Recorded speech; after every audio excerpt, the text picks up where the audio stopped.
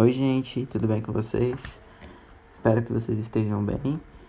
Aqui é o professor Maurício, de Educação Financeira, e essa vai ser a nossa segunda aula sobre as explicações que eu dei para vocês na aula passada e a correção daquela atividade que eu passei para vocês no final da nossa primeira aula, tá bom?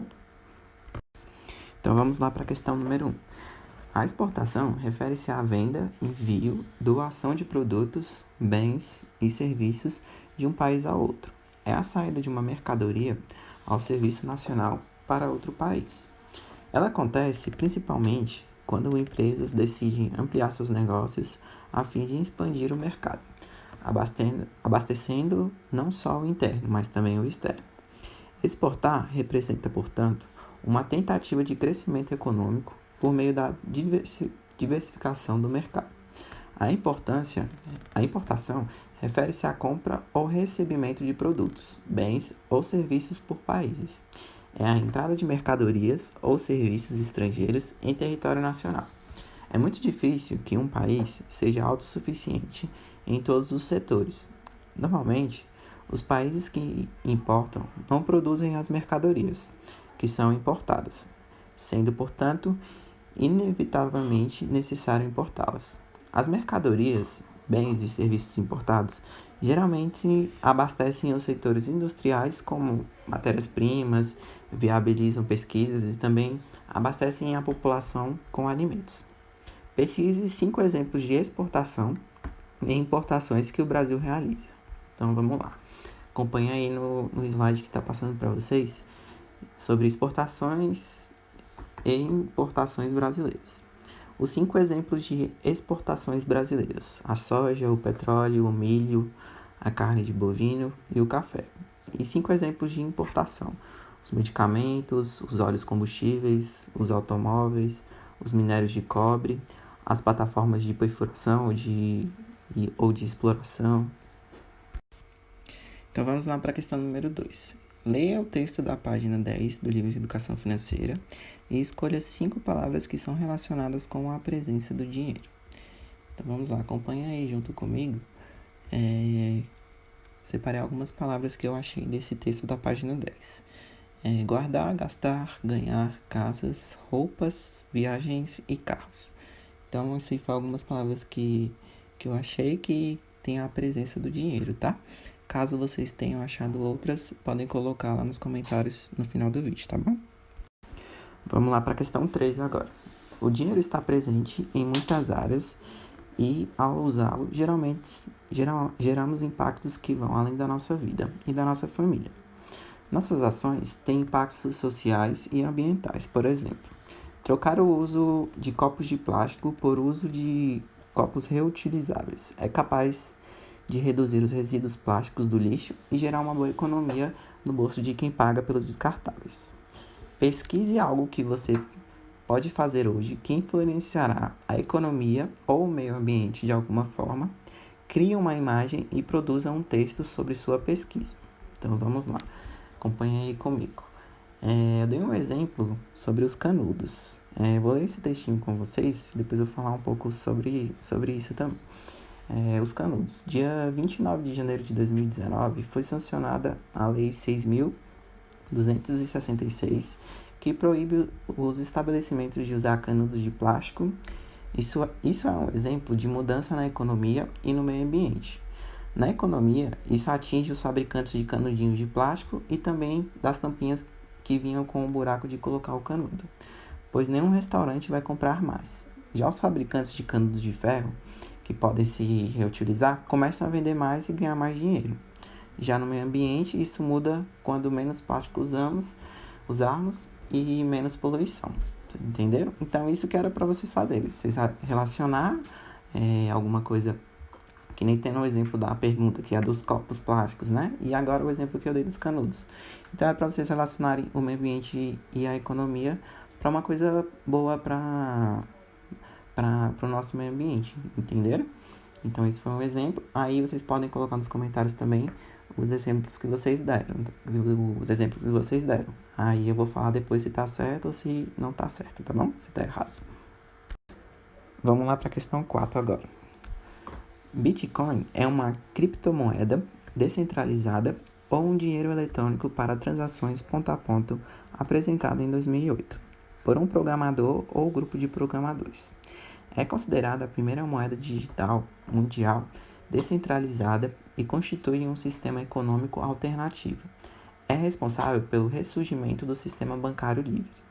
Ele permite transações financeiras sem intermediários, mas verificadas por todos os usuários da rede, que são gravadas em um banco de dados distribuídos, chamado blockchain. Uma rede descentralizada, que é uma estrutura sem uma entidade administradora central, o que torna inviável qualquer autoridade financeira ou governamental manipular a emissão e o valor da criptomoeda, ou induzir a inflação com a produção de mais dinheiro. No entanto, grandes movimentos especulativos de oferta e demanda influenciam na oscilação de seu valor no mercado de câmbio, sendo definido livremente durante as 24 horas do dia. Responda às perguntas a seguir. Quem foi o fundador do Bitcoin? Então vamos lá, acompanha aí comigo no slide. O fundador do Bitcoin foi o Satoshi Nakamoto. Aí a segunda perguntinha, ela fala, o sistema do Bitcoin é seguro? Então, o sistema do Bitcoin, ele possui um sistema chamado blockchain, que é uma ideia de bloco de informações que registra todas as transações que ocorrem pelo mundo de forma criptografada. Assim, as compras e vendas, por exemplo, ela não depende de apenas de um servidor, e sim de um sistema que é aberto a todos os usuários. Mas aí vocês podem perguntar, mas isso ainda garante que seja seguro? Então, as informações armazenadas nos blocos são automaticamente protegidas por um código exclusivo. Essa assinatura, também conhecida pelo esse Bitcoin, garante que o sistema seja interligado, uma vez que cada bloco leve sua própria assinatura e do bloco anterior. Essa ligação criptografada torna o sistema extremamente seguro sem abrir mão da sua transparência, então é praticamente impossível violar esse blockchain. Para acessar as informações de um bloco, seria necessário decifrar as suas próprias palavras, suas palavras-chave, né? Então, assim, ela seguiria sem fim, entenderam? Então, além disso, para se infiltrar nesse sistema, seria necessário um computador com uma potência superior de todos os computadores que estão ligados nesse sistema. Isso é uma capacidade inalcançável para processadores existentes. Então, a resposta para essa pergunta é sim, o Bitcoin é seguro sim. Questão número 5. Exportação e importação são atividades relacionadas com a entrada e saída de produtos, bens ou serviços de um país.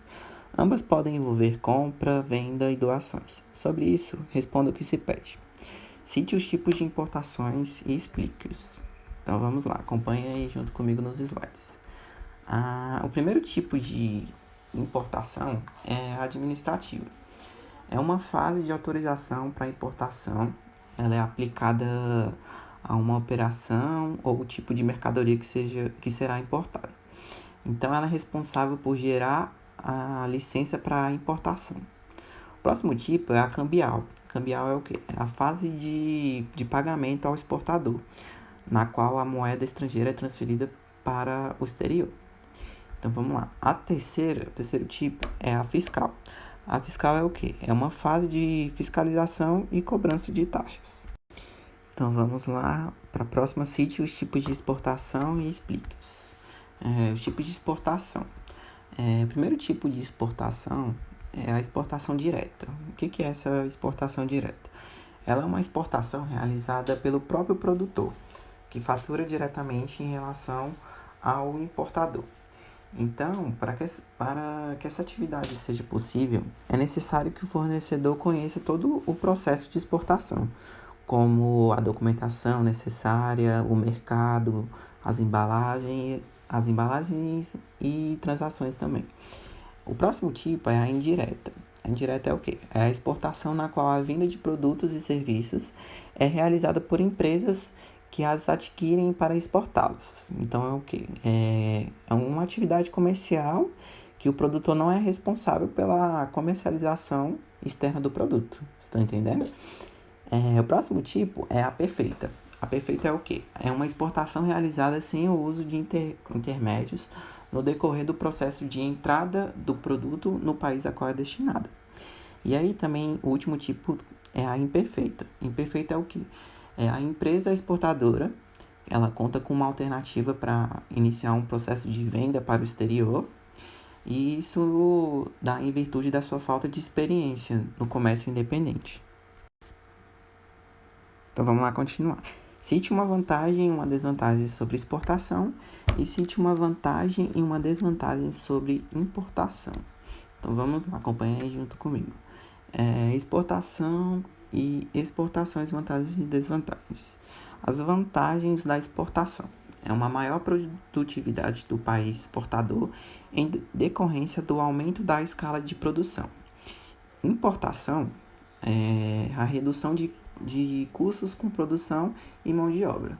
As desvantagens da exportação é o tempo de retorno financeiro, que é mais longo, e a importação, se houver algum atraso na entrega do produto, o país importado ele pode chegar a ter prejuízos. Vocês entenderam? Então é isso. Então se vocês tiverem alguma dúvida, vocês podem colocar nos comentários. Eu fiz umas perguntinhas nos vídeos também, quero que vocês respondam, tá? Vocês podem responder lá nos comentários também. E é isso, tá chegando ao fim da nossa segunda aula de educação financeira. Espero que vocês tenham gostado e até a próxima aula. Tchau para vocês.